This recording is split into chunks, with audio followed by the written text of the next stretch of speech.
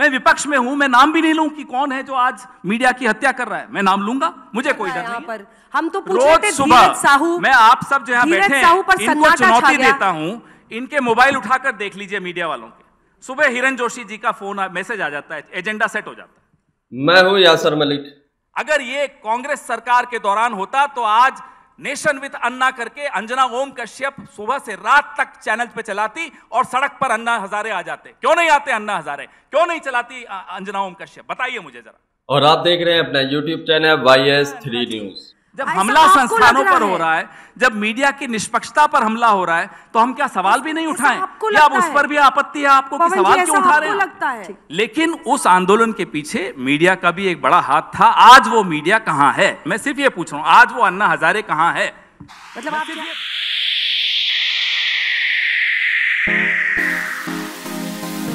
आज की ये डिबेट सभी को पूरी जरूर देखनी चाहिए, क्योंकि गोदी मीडिया किसके कहने पर एजेंडा सेट करती है, किसके कहने पर दलाली करती है, कांग्रेस प्रवक्ता पवन खेड़ा ने आज ये सबके सामने जाहिर कर दिया।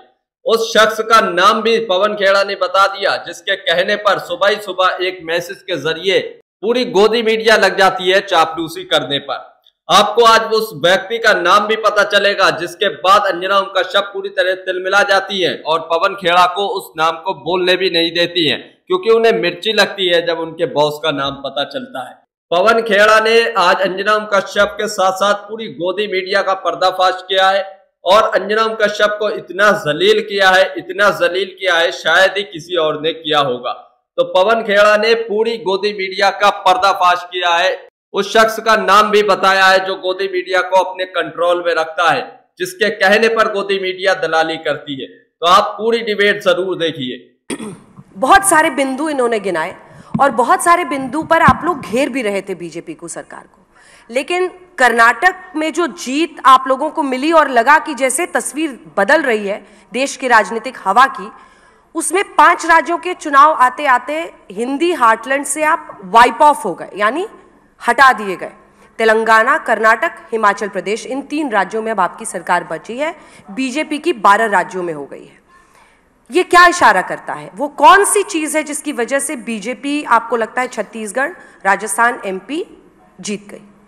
अंजना जी, ये बात सही है कि जो नतीजे थे वो हमारी आशानुसार नहीं आए, न आपकी आशानुसार एग्जिट पोल्स सही रहे, न हमारी आशानुसार नतीजे सही रहे। आपको और हमें दोनों को आत्ममंथन करना चाहिए। लेकिन इस बात का गर्व जरूर है और एक संतुष्टि है कि जो हमारा वोट शेयर है वो 40% के आसपास अभी भी बना हुआ है। तो आप ये कह दें कि उत्तर भारत से कांग्रेस का सफाया हो गया, वो गलत है। हाँ, दक्षिण भारत से भाजपा का सफाया पूरी तरह से हो गया है और उत्तर भारत में 40% पे आज भी हम खड़े हैं। तो इससे ये साबित होता है कि पूरे भारत में शायद कांग्रेस इकलौती ऐसी पार्टी है जिसको आप पैन इंडिया पार्टी आज कह सकते हैं। लेकिन इसके साथ में एक लाइन और बोलना चाहूँगा, जिस तरह का मीडिया नरेंद्र मोदी जी को मिला है, बड़े किस्मत वाले हैं। कसम से कह रहा हूँ, इतनी अच्छी किस्मत लेकर ये प्रधानमंत्री आए हैं। ऐसा मीडिया आप हमें 1 महीने के लिए दे दीजिए और 7 दिन के लिए ऐसी एजेंसीज दे दीजिए, ED, CBI, income tax, CAG, 7 दिन के लिए एजेंसीज और 1 महीने के लिए आज तक।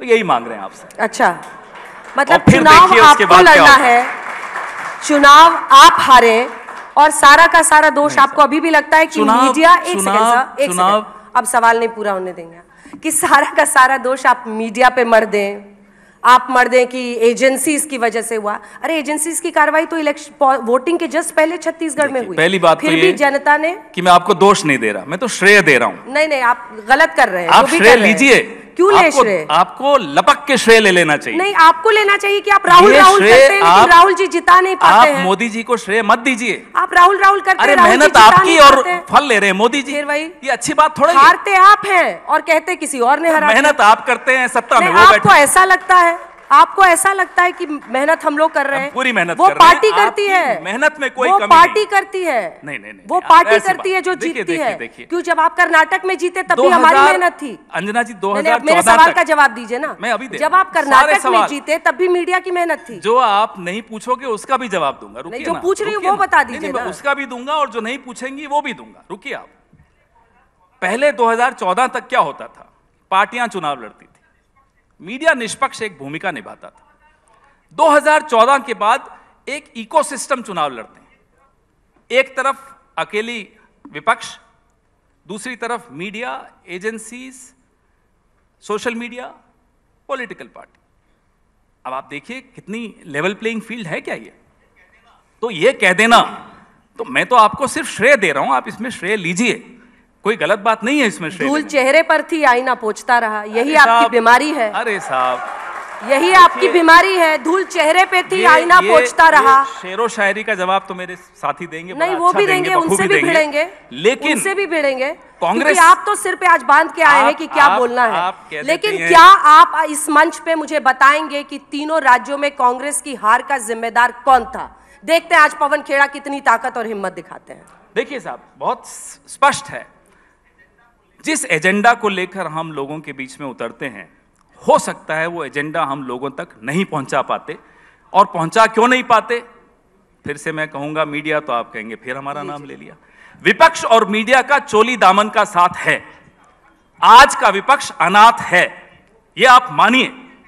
इसलिए कहता हूं, तीन कांग्रेस के नेताओं को मंच पर बिठा रखा है। रुक जाइए, तीन कांग्रेस पार्टी के नेताओं को हमने मंच पर बिठा रखा है। रुक जाइए, आप तो 6 और ले आइए बीजेपी के, उनको भी हम झेल लेंगे, आप चिंता मत करिए। आप सुन लीजिए पहले मेरी बात, पहले सुन लीजिए। कांग्रेस हारी, आप ये बात कर रही है, अरे लोकतंत्र हार रहा है, उसकी चिंता आपको क्यों नहीं है? ये जो चुनाव के नतीजे आते हैं, इसमें तो चलिए एक पार्टी हारती है, एक जीत जाती है, आपका एग्जिट पोल हार जाता है, आप जीत जाते हैं, चलता है ये सब। लेकिन जो बड़ी हार हो रही है वो लोकतंत्र की हो रही है, उस पर आपका ध्यान क्यों नहीं है? कैसे चुनाव आयोग बनेगा आपने देखा कल पार्लियामेंट में? क्या इस तरीके से चुनाव आयुक्त बनाए जाएंगे? अगर ये कांग्रेस सरकार के दौरान होता तो आज नेशन विद अन्ना करके अंजना ओम कश्यप सुबह से रात तक चैनल पे चलाती और सड़क पर अन्ना हजारे आ जाते। क्यों नहीं आते अन्ना हजारे? क्यों नहीं चलाती अंजना ओम कश्यप? बताइए मुझे जरा। ये स्थिति है आज इस देश की, इससे आप कब तक बच सकते हैं? अकेला अनाथ विपक्ष लड़ रहा है और हमें गर्व है कि हम लड़ रहे हैं और लड़ते रहेंगे, मरने के दम तक लड़ते रहेंगे। हारे या जीते लड़ेंगे। नाखून कटा के शहीद मत बनिए बेवजह की। कर्नाटक आप जीतते हैं, कर्नाटक जीतते हैं तो हम लोग आप ही का गुणगान गाते हैं। जरा सा नाखून आप भी कटा लीजिए ना, जरा सा नाखून आप भी कटा लीजिए, देखिए लोकतंत्र में रक्त कैसे बहेगा। अरे सर, लोकतंत्र में की हत्या हो रही है और आपको यहाँ ये मजाक सूझ रहा है? नहीं नहीं, आप मजाक कर रहे हैं, क्योंकि आप सारा का मजाक सारा नहीं कर रहे अंजना जी, हम तो कह रहे हैं और पे डाल रहे हैं। थोड़ा नाखून आप भी कटा लीजिए। दो स्पीकर और हैं, इनको भी थोड़ा मौका दे दीजिए पवन जी। आज तो पवन जी आवेश में, और अच्छी बात है लोकतंत्र में जब विपक्ष की ताकत हम लोग देखते हैं आवाज में। 3 नेताओं को हमने इसीलिए मंच दिया है क्योंकि आप लोग ये चाहते थे कि आपस में ही आप लोग आए और बात करें। लेकिन कर्नाटक आप जीतते हैं तब लोकतंत्र की हार नहीं होती है, आप हिमाचल जीतते हैं तो लोकतंत्र की हार नहीं होती है, वहां आपको ईवीएम नहीं जिताता है, लेकिन अन्य राज्यों में जरा कन्हैया जी नहीं, आपने ऐसी टिप्पणी की। जब हम कर्नाटक जीतते हैं, भाजपा कर्नाटक हारती है, तो किसकी हार होती है? नहीं साहब, तब मोदी जी की हार नहीं होती। तब अंजना जी के मुंह पर ऐसे शिकन्ने आ जाती है जब उनको कहते हैं मोदी जी हार गए। नहीं साहब, मोदी जी नहीं हारे, पवन जी कर्नाटक के मुख्यमंत्री हारे हैं। पवन जी एक सेकंड नहीं, एक सेकंड अब आपको सुनना होगा, क्योंकि आप ये ये स्टेज आप हाईजैक नहीं कर सकते। I'm sorry, नहीं आप हाईजैक कर रहे हैं, आप हाईजैक कर रहे हैं, क्योंकि वहां पर मुख्यमंत्री के चेहरे पर बीजेपी चुनाव लड़ी थी। शाम को कहते हैं कि मुख्यमंत्री के चेहरे पर भाजपा हार जाती है तो लोकसभा में कोई असर नहीं पड़ेगा। कन्हैया जी माइक उठा जब असली रिजल्ट आता है तो कहते हैं साहब आज अच्छा हुआ, लगता है पवन जी को बाकी चैनलों पे मौका मिल नहीं रहा है, तभी माइक नहीं छोड़ रहे हैं यहाँ पे। अच्छी बात है, लेकिन पवन जी अपनी आवाज इतनी मजबूत करिए कि जनता आपकी बातों को समझे, उसके बाद स्वीकारे भी। खाली यहाँ पर आकर सोच रहे हैं कि 4-5 बैट बॉल खेल लूंगा, अगर मीडिया हस्तक्षेप बंद कर दे तो जनता हमारी बात सुनने को तैयार है। नहीं करता है, आप नहीं सुनने दे रहे। ये साक्षी है कि 3 यहाँ पर कांग्रेस के नेता बैठे हैं, प्रमोद तिवारी जी और कन्हैया जी को आप बोलने नहीं दे रहे हैं। हम इंतजार करते, ले आइए 6 भाजपा वालों को। चलिए, बंदी के बाद कौन सा कोऑपरेटिव बैंक था अहमदाबाद का जिसमें सबसे ज्यादा नोट बदले गए, किसका था वो? कौन उसका डायरेक्टर था? मैं नाम लूंगा तो शायद आपको एडवर्टीजमेंट्स मिलनी बंद हो जाएंगी। महेश शाह, 14,000 करोड़ जिसने ब्लैक मनी डिस्क्लोज किया, वो लापता हो गए। वो कौन थे? किसके नजदीक थे? प्रधानमंत्री को आजकल उन्होंने शायद कोई नया आदमी रखा है जो ट्विटर देखता है उनका, उसके साथ थोड़ी बैठक करनी चाहिए उनको शायद पता ही नहीं वो क्या ट्वीट कर रहे हैं। आप बार बार कह रही हैं कि साहब चुनाव हार गए, आप जनता तक मैसेज नहीं ले जा पा रहे। मैं आपसे एक सवाल पूछता हूं अंजना जी, सवाल तो वैसे आप पूछती हैं लेकिन मैं भी एक पूछूंगा आपसे। आज से 2 महीने पहले आपने कितने कार्यक्रम किए? महिला आरक्षण, प्रधानमंत्री तो सबसे महान मसीहा हैं महिलाओं के, 3 राज्यों में मुख्यमंत्री बने। अरे अपनी पार्टी में कोई महिला नहीं मिली होंगी, अंजना जी को ही बना देते। वसुंधरा राजे का में क्या कमी थी?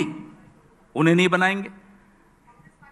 कांग्रेस पार्टी ने तो तीनों राज्यों में महिला मुख्यमंत्री दिए हैं। नहीं, हमारी तो अभी जीते ही नहीं, आप ही कह रहे हैं। आप कोई नहीं, सुप्रिया श्रीनेत को बना देते आप। नहीं, हमारी तो इतनी महिलाएं कैसे बनाते बताइए? हार रहे फिर भी बना लेते। अभी नहीं हुआ, वो वक्त आएगा। अगर मोदी जी ऐसे ही चलते रहे तो वो वक्त भी आएगा कि भाजपा हार जाए फिर भी मुख्यमंत्री बना देगी। अभी वो वक्त नहीं आया। ये वाली कॉमेडी सही बैठी नहीं। मुझे एक बात बताइए, मुझे एक बात बताइए, शीला दीक्षित यहां 3 टर्म्स थी मुख्यमंत्री, पहली प्रधानमंत्री इस देश की महिला किसने दी? मोदी जी कम से कम महिला आरक्षण का इतना बड़ा झुंझुना आप सबके हाथ में पकड़ाकर, अब मौका आया था तो वसुंधरा जी को घर पे बैठा दिया। आप लोग भी कमाल के हैं। एग्जिट पोल के दिन तो नड्डा जी का चेहरा दिखा रहे थे जब बीजेपी हार रही है, जब सही नतीजे आने लगे तो मोदी जी का चेहरा फिर से सामने आ गया।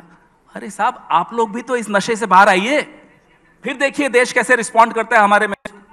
मैं बार बार ये दोहराता हूं, हम आपके बगैर अधूरे हैं, मोदी जी भी आपके बगैर अधूरे हैं, ये मैं मानता हूं। नशे में आप हैं सर। हम क्या नशे में? हमारा तो नशा आप लोग सब रोज उतारते हो। आप संस्थानों पर उंगली उठाते रहेंगे। सब संस्थानों पर ही हमला हो रहा है अंजना जी। जब हमला संस्थानों पर हो रहा है, जब मीडिया की निष्पक्षता पर हमला हो रहा है, तो हम क्या सवाल भी नहीं उठाएं? या अब उस पर भी आपत्ति है आपको कि सवाल क्यों उठा रहे हैं? लगता है ऐसा आपको लगता है? आप अभी पूछ लीजिए लोगों को लगता है कि मीडिया निष्पक्ष है या नहीं है? इस भ्रम में जीते हुए आपके लिए मुश्किलें और बढ़ेंगी। मुझे तो लगता है कि आपके नेताओं में काबिलियत है कि वो आपके लिए चुनाव जीत सकते हैं। क्यों नहीं जीत पा रहे हैं ये बताना आपका काम है, लेकिन आप नेताओं पर मंथन करने को तैयार नहीं है, स्ट्रैटेजी पर मंथन करने को तैयार नहीं है। हम सही नहीं अपना जितना मंथन करना है जरूर करेंगे अंजना जी। सिर्फ एक आग्रह हमने कर्नाटक पे बोला, एक आग्रह, भ्रष्टाचार का नाम टिक गया। जब मेरी बारी आती है अंजना जी को मेरी आवाज इतनी नापसंद है कि खुद ही बोलती चली। नहीं, क्योंकि आप अंजना अंजना कर रहे हैं, आप ऑब्सेस्ड हो रहे हैं मुझसे। आप एंकर हैं, आप अंजना से इतने ऑब्सेस्ड हैं। मैं क्या फिर मैं क्या बोलूं? अरुण पुरी जी का नाम लूं, राज चेंगप्पा जी का नाम लूं, राहुल कंवल जी का नाम लूं, किसका नाम लूं? बताओ, मैं सबका नाम ले लेता। नहीं, आपको नाम लेने की जरूरत नहीं है। आप कांग्रेस के बिहाफ पे आए हैं, आप जवाब दीजिए। चलिए नाम नहीं लेते। मैडम तो कह सकते हैं। मैडम, मीडिया भी थोड़ा आत्ममंथन कर ले तो क्या बुराई है? देश के लिए अच्छा होगा, कर लीजिए ना आत्ममंथन। हमारा भी आग्रह मान लीजिए। हम तो जितनी बार आप कहते हैं आत्ममंथन करिए, हम करते हैं। आपकी हर सलाह मानते हैं हम। चुनाव हारते हैं तब भी मानते हैं, चुनाव जीतते हैं तब भी मानते हैं। हम तो मीडिया को सम्मान करते हैं। जब हम सरकार में थे, प्रमोद तिवारी जी तब भी सत्ता में थे, पूछिए इनसे। कन्हैया कुमार जी तो तब भी जूझ रहे थे सरकार के खिलाफ। जब हम सरकार में थे, आप लोग रोज कार्यक्रम करते थे, जहाज कह दिया था, रोज कार्यक्रम करते थे आप हमारे खिलाफ। हमने तो कभी नहीं फोन करके बोला साहब आपके बॉसेस को कि नहीं अंजना जी को हटा दीजिए, उनको कम कर दीजिए। हिरेन जोशी हमारे यहाँ तो कोई था ही नहीं। बस फिर शुरू हो गया। क्यों नहीं शुरू होंगे? आपको क्या आपत्ति? मैं हिरेन जोशी का नाम ले रहा हूं ना, आप मत लीजिए, मैं तो लूंगा। मैं विपक्ष में हूं, मैं नाम भी नहीं लूं कि कौन है जो आज मीडिया की हत्या कर रहा है। मैं नाम लूंगा, मुझे कोई डर नहीं है। रोक लेंगे एक बार और, हवाई जहाज से उतार लेंगे, मुझे उतार लें। जब मुझे डर नहीं है तो आपको सुनने में क्यों डर लगता है? मुझे बोलने में डर रहा है। यहाँ पर हम तो पूछ रहे थे धीरज साहू, मैं आप सब जो यहाँ बैठे हैं इनको चुनौती देता हूं, इनके मोबाइल उठाकर देख लीजिए मीडिया वालों के। सुबह हिरेन जोशी जी का फोन मैसेज आ जाता है, एजेंडा सेट हो जाता है। बस शुरू। चुनौती है ये मेरी। मैंने देखे हैं वो मैसेजेस, ऐसे नहीं बोल रहा हूं, मैं जिम्मेदारी से बोल रहा हूं। 15 साल में सरकार में इनसे बहादुर तो प्रमोद जी आप निकले। आपने धीरज साहू पे जवाब दिया। धीरज साहू पे भी जवाब दूंगा। थोड़ी बहादुरी आप दिखाइए कि जब मैं आईना दिखा रहा हूं तो आईना देखिए, आप भी बहादुरी दिखाइए। मैं आईना दिखाने ही आया हूं यहाँ, मैं आया हूं तो दिखाऊंगा। अब आइए धीरज साहू पर। मैंने उसका सबसे पहले जवाब आपको दिया। महेश शाह, एक और शाह का भी नाम लेते लेते रह गया, अमित शाह। किसका बैंक है वो? जिसमें सबसे ज्यादा नोटबंदी में नोट बदले गए।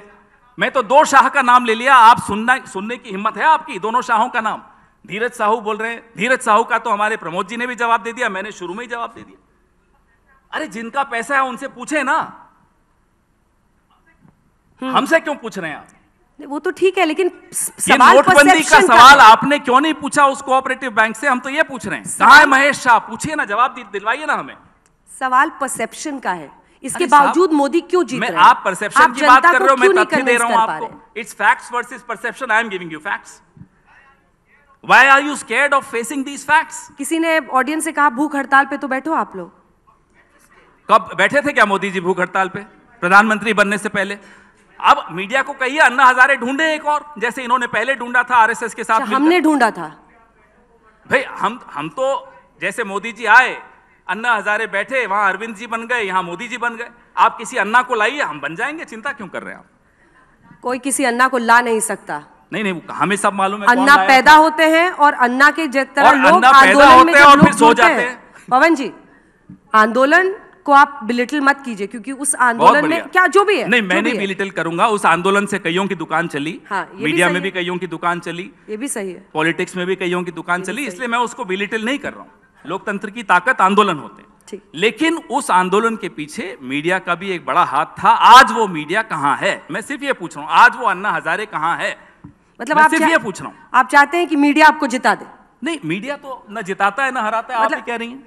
तो आप बात परसेप्शन। वीडियो अच्छी लगी हो तो इसको लाइक करें। पवन खेड़ा ने सारी हकीकत बता दी कि गोदी मीडिया कैसे दलाली करती है, किसके कहने पर करती है। आपको गोदी मीडिया का पर्दाफाश समझ में आ गया होगा। अगर वीडियो अच्छी लगी हो लाइक करें। गोदी मीडिया चैनल से आप नफरत करते हैं तो हमारे चैनल YS3 न्यूज को सब्सक्राइब करें, रोजाना की ऐसे ही डिबेट देखने के लिए। जब मैं ज्यादा बोल देता हूं कहते हैं नहीं, आप आज एकदम फॉर्म में, आप ऐसे ही डटे रहिए, बल्ला उठा के आप डटे रहिए। बस ये जरूर कीजिए कि कभी कभी जब बंद कमरों में बैठे तो अपने नेताओं को भी आईना दिखाते रहिए। सब जगह सब आईना एक दूसरे को दिखाते रहते हैं। तो दोस्तों, आपने ये पूरी डिबेट देखी। आज गोदी मीडिया का पर्दाफाश हुआ है। गोदी मीडिया किसके कहने पर पूरा एजेंडा सेट करती है और किस तरीके से करती है, पवन खेड़ा ने आज ये पर्दाफाश किया है। आपको ये डिबेट देखकर कैसा लगा? अपनी राय कमेंट बॉक्स में जरूर दीजिए।